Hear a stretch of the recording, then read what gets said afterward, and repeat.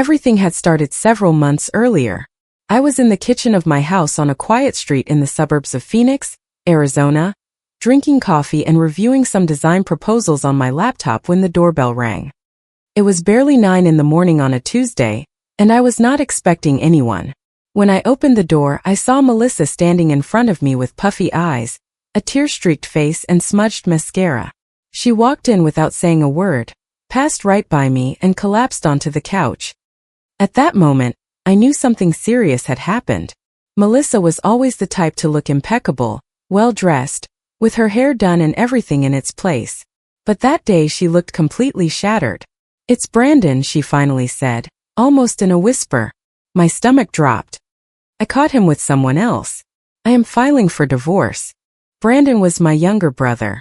We had had our differences over the years, but I never imagined he would be capable of doing that to Melissa. They had been married for 12 years and had 2 beautiful children, a 10-year-old daughter named Sophie and an 8-year-old son named Mason. Melissa had always been more than just my brother's wife to me. Over time she became a real sister. When she married Brandon, I was very happy. I liked her from the moment I met her. She was smart, funny, and completely devoted to her family. Over the years we grew close. I watched the kids when they needed it, and Melissa and I would go out for coffee or take walks around the neighborhood on the weekends. The divorce process dragged on for months. I was with her through everything. I accompanied her during calls with her lawyer, on days when she seemed to lack the strength to even get out of bed, and through entire afternoons when all she wanted was to sit and cry in silence. And when the hearing finally arrived, I went with her for support. That was where I saw Brandon's new girlfriend for the first time. She was exactly as Melissa had described her, young, maybe 25 years old, with dark hair, overdressed, and possessing an arrogance that was unbearable coming from someone who had helped break up another family. What caught my attention the most was the way she behaved. While Melissa sat in silence next to her lawyer, this young woman kept leaning into Brandon to whisper in his ear and making faces every time Melissa's lawyer spoke. She acted as if being there bothered her, as if the whole thing bored her. The ruling was in Melissa's favor on almost everything. The judge awarded her primary custody of the children and the use of the family home where they lived, ordered Brandon to pay child support for Sophie and Mason, and also required him to cover various medical and school expenses. I saw my brother's face fall with each point that was decided. The girlfriend did not hide her anger either.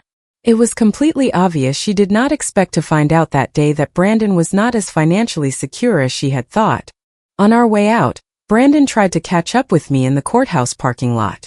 "Natalie, I need you to understand something," he said, running his hand through his hair nervously. "I really want to be with her. Even if you do not like it, I hope you can accept it someday."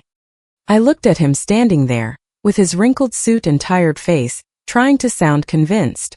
"I am not going to condemn you for what you did," I told him. "But understand it. No, you had a good life." He nodded as if that were enough and walked off with the young woman, who was already complaining about something on her phone. After the divorce was finalized, I started spending more time with Melissa and the kids. We would have dinner together on some weekends. I helped with homework. Sometimes we would just sit and talk while Sophie and Mason played in the backyard. Everything started to feel natural, as if we were building our own routine, our little refuge. 2 peaceful months went by like that.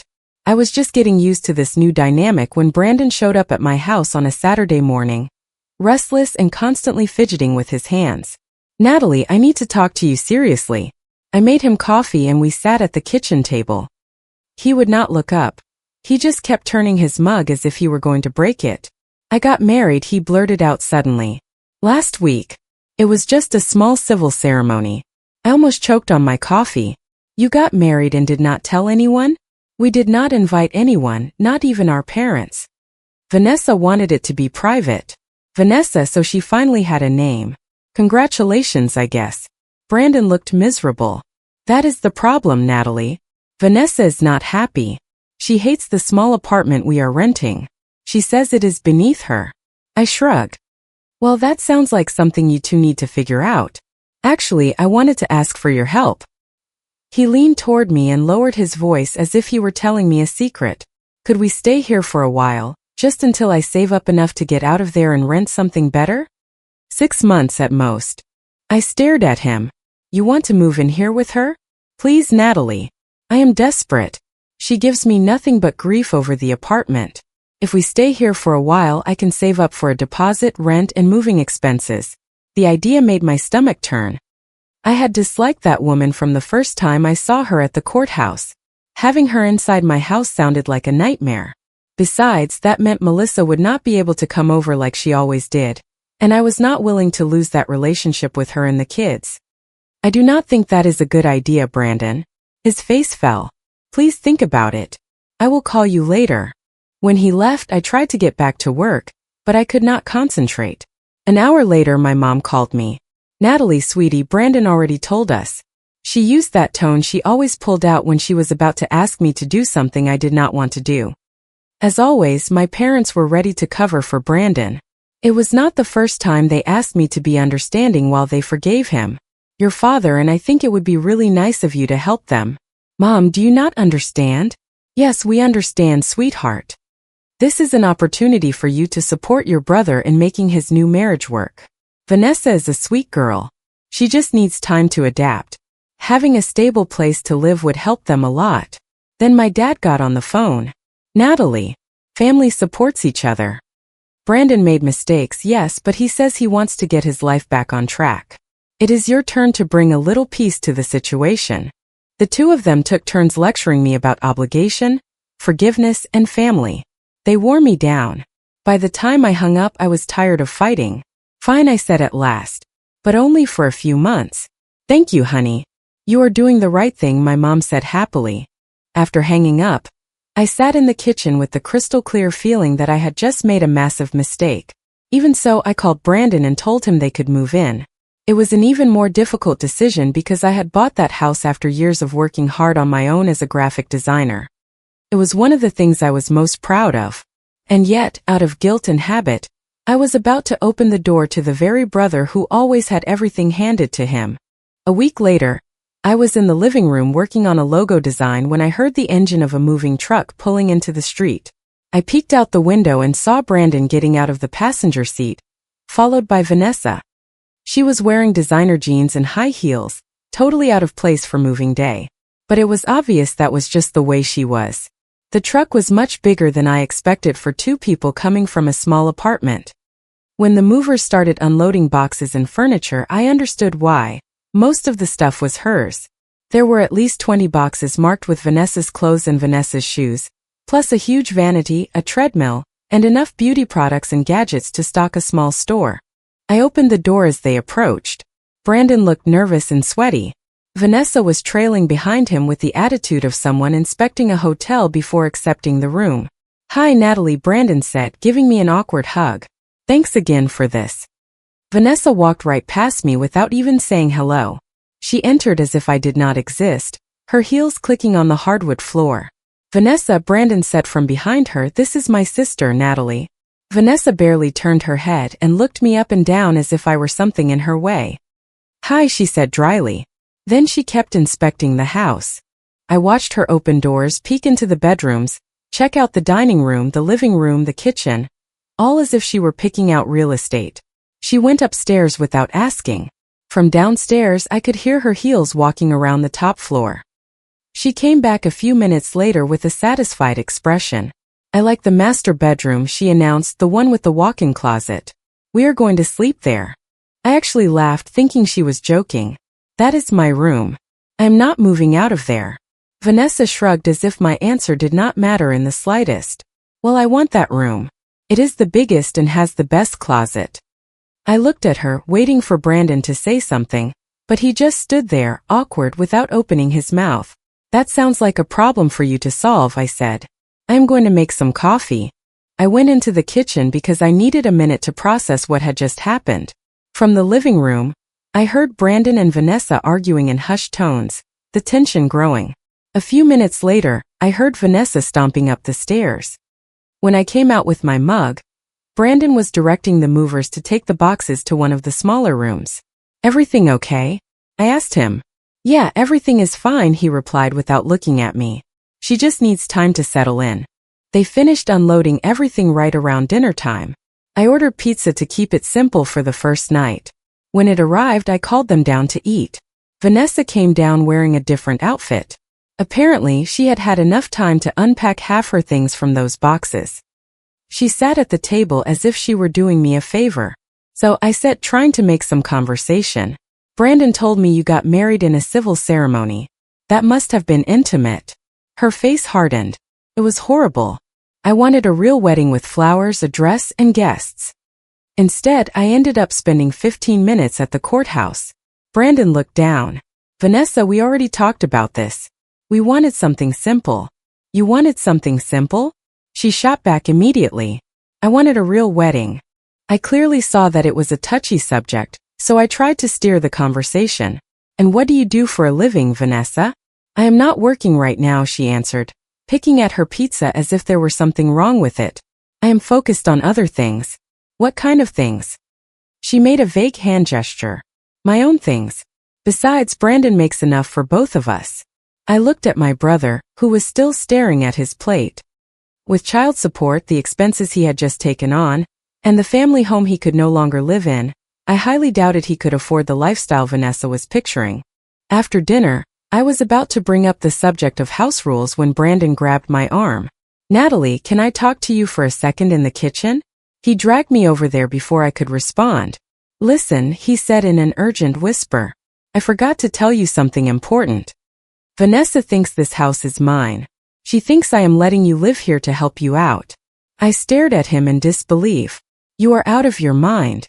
"It is temporary," he said quickly. "She does not need to know the truth. In a few months we will have our own place and it will not matter anymore." "Brandon, this is so wrong. You cannot lie to your wife about something like this. Please," he begged, grabbing my hands. "Just play along. Do not contradict her if she says something about the house. She is pregnant, Natalie. She is 2 months along. Stress is not good for her." I felt a sharp twist in my gut. Pregnant. Everything started to make sense. The rushed wedding, the urgency to find a stable place, her behavior, his desperation. I looked through the kitchen door into the living room. Vanessa was already stretched out on my couch, looking at her phone as if she owned the place. She was going to have a baby and believed she was living in her husband's house, with the husband's sister staying there out of charity. "Natalie, please," Brandon repeated. "I know I am asking a lot, but I am desperate. Just do not contradict her." I wanted to tell them both to leave right then and there, but Brandon looked so defeated, so unable to manage his own life, that I ended up agreeing again.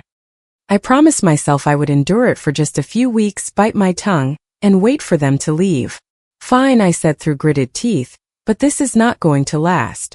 "Thank you," he replied, hugging me. "You are the best sister." I spent the rest of that night locked in my room pretending to work, although in reality I just stared at the ceiling, wondering at what point I had agreed to bring this chaos into my home. From downstairs, I could hear Vanessa complaining about the television channels and the water pressure in the shower. Living with them turned into a difficult situation very quickly. I work from home as a graphic designer, so I am used to having my space, my quiet, and my routine. Vanessa disrupted that in a matter of days. Brandon left for work every morning at 7:30. That is when my real challenge began. Vanessa would not get up until 10 or sometimes 11, and she would come down the stairs in a satin robe, as if she were staying at a luxury hotel. She never said good morning or asked how I was doing. She would go straight to my kitchen, make herself breakfast with the groceries I had bought, and leave a mess everywhere for me to clean up later. Her routine drove me crazy. After eating, she would take over the couch and spend hours watching reality television or daytime talk shows at a high volume. On top of that, she would talk back to the television as if the people on the screen could hear her. When she got bored, she would go shopping or go out with her friends. She never once asked if I needed anything from the grocery store. She never offered to chip in for groceries or help with cleaning. She treated my house like a free place to stay. My grocery, water, electricity, and gas bills all went up. Brandon never offered to pay for anything. When I brought it up to him, he said money was tight at the moment and that he would catch up soon. Never happened. 2 months after they moved in, Vanessa's pregnancy was more obvious and her mood had worsened. Her baby bump was starting to show, and she became more demanding about everything. One morning, I was getting ready for a video meeting with a client. I put on my usual light floral perfume that I had worn for years. Vanessa came downstairs, caught a whiff of it, and started making faces. "What a strong smell," she said, pinching her nose. "I cannot stand it. It makes me feel sick." "It is just perfume," I replied. "I do not care what it is. You cannot wear it anymore. It is bad for the baby." "That makes no sense." "Well, it makes me feel sick, so no more." From that day on, she complained any time I wore any fragrance. Then she also started objecting to me cooking certain things because she said the smells bothered her. "Do not make anything with garlic anymore," she told me one night. "And no onions either. The smell is too strong." "Those are basic ingredients," I told her. "Well, not anymore. I cannot handle them." I ended up cooking simpler meals just to avoid her complaints. I was spending more money every week while my quality of life went down. The real breaking point came on a Wednesday afternoon. I was working in my room when I heard the doorbell. I looked out the window and saw Melissa's car parked outside. It was one of those days when she would drop Sophie and Mason off with me for a while. It had become a routine. I got out crayons, sketch pads, and turned the television to a children's channel. I got them settled in the living room. "I am going to be upstairs working," I told them. "If you need anything, just call me." Vanessa had woken up not feeling well, and was shut in her room with the door closed. I figured she was resting. The kids could stay downstairs without any issues.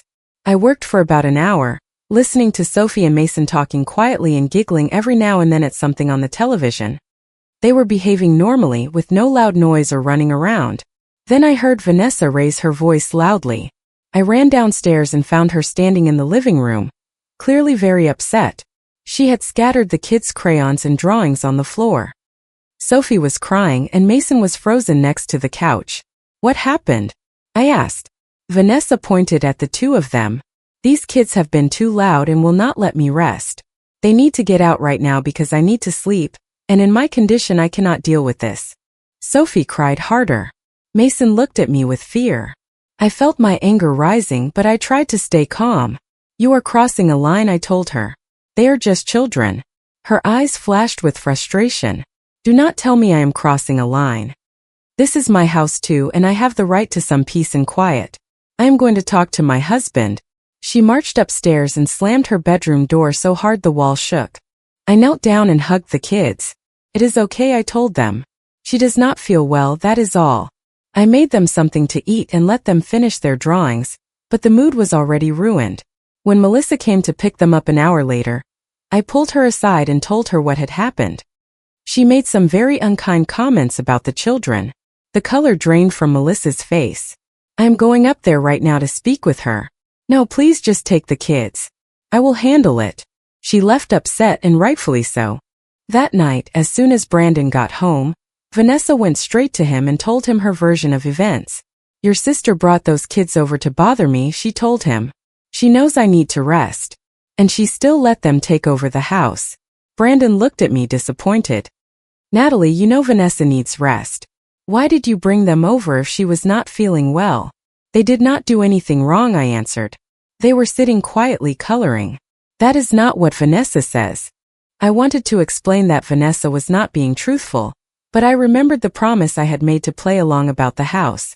Instead of arguing, I pulled Brandon aside. "When are you two leaving?" He was surprised by how direct the question was. "Soon. Just give me a couple more months to save up." "Well, make it sooner because I do not want this kind of tension here, especially with a baby on the way." Brandon nodded quickly. 2 months. "Promise you." "Just 2.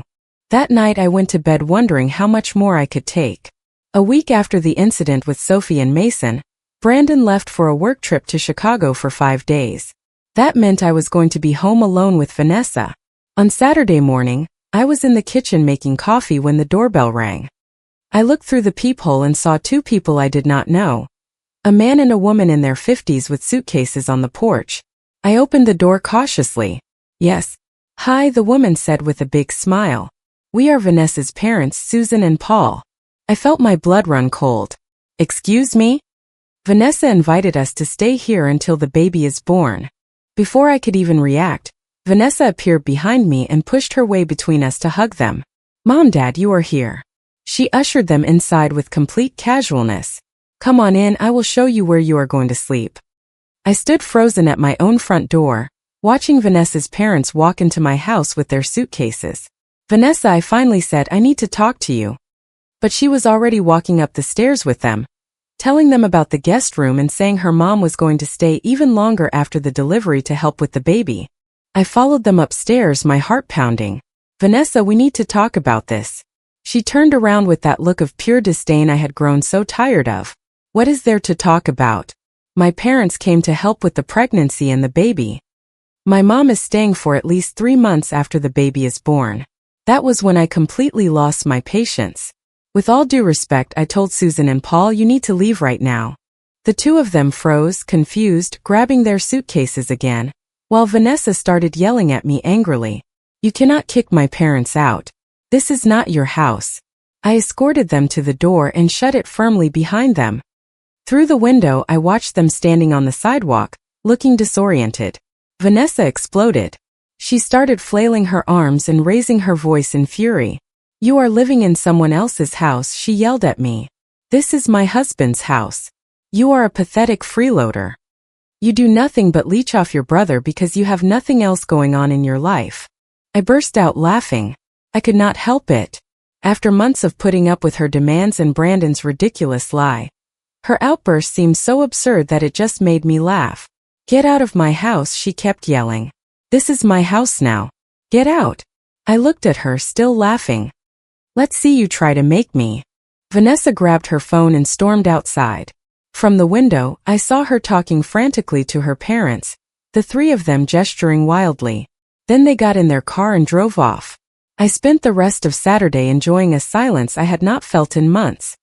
For the first time in a long time, I could work without interruptions, cook whatever I wanted, and watch my own television without anyone commenting. The next morning, the doorbell rang again. This time it was 2 police officers, with Vanessa standing behind them looking triumphant. "Good morning," one of the officers said. "We received a report about a disturbance at this residence. We were told there is a person refusing to leave a property that does not belong to them." I smiled calmly. "Did she show you any document proving she owns this house?" "No, ma'am, she does not have any paperwork." I stepped inside, grabbed my folder, and came back with my property deed, my identification, and my latest property tax bill. "Here is the documentation. The house is mine."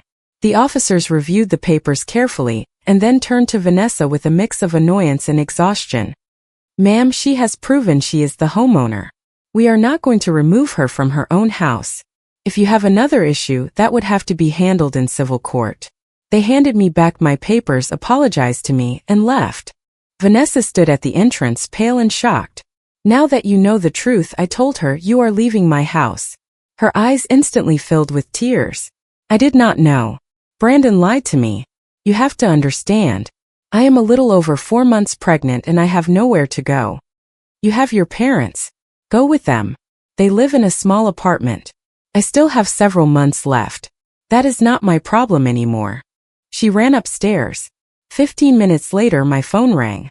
It was Brandon calling from Chicago. "What is wrong with you?"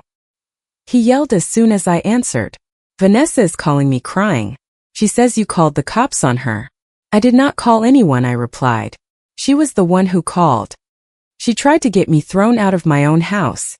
Now she knows the truth, but she needs to stay there. She is pregnant. She can go stay with her parents, or you can come back and figure it out yourself. But she is leaving tomorrow. You cannot kick out a pregnant woman." "Of course I can." And I hung up on him.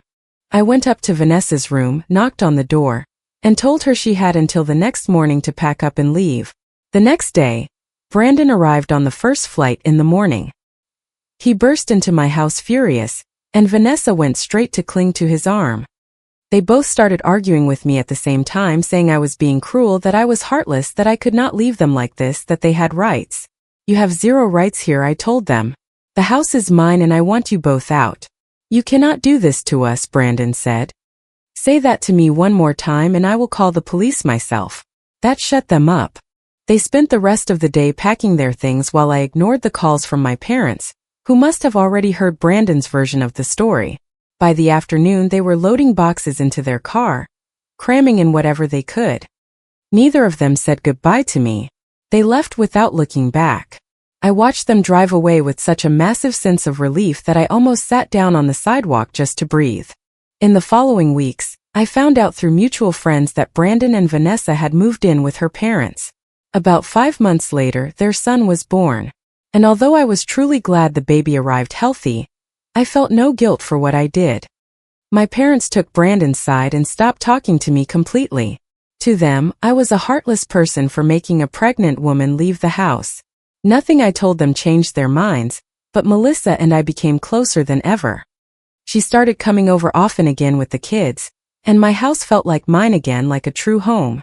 Sophie and Mason started staying with me every other weekend, and we built our own traditions. Movie nights in the living room, pancakes on Sundays, afternoons full of drawing, homework, and playing in the yard.